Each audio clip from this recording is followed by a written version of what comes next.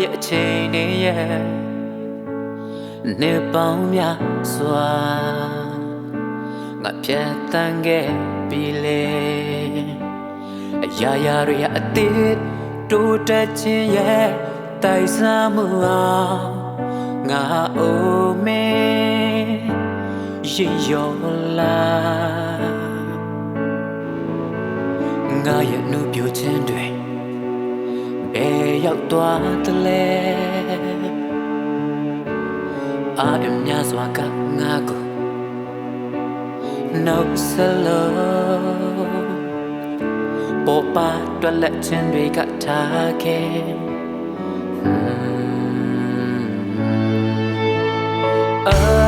လူဘွားတကယ်ဆိုရင်တိုးတောင်းလွန်ပါတယ်တကယ်အိမ်မက်ပမာဟိုငယ်စဉ်တုန်းကပြက်ကလေးများလဲမချီတက်ခဲ့တဲ့အရွယ်အချိန်ဆိုတာဘာမှနားမလဲခဲ့အနေစားတရားကိုတင်နာလေတဘောပေါက်လာရင်တော့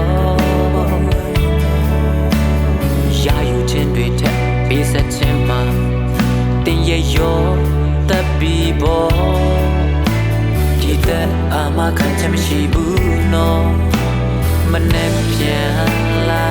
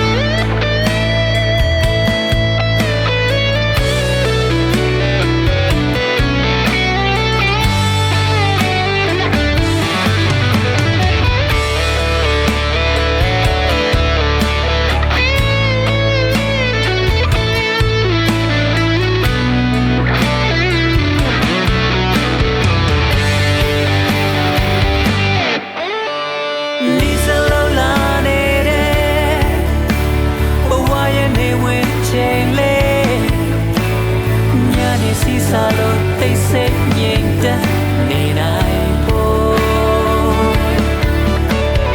ဒေါသမောဟတွေကိုရှော့ဒီမှာရောယူပါတော့အချစ်တွေကိုဝေမျှတင်ပြီး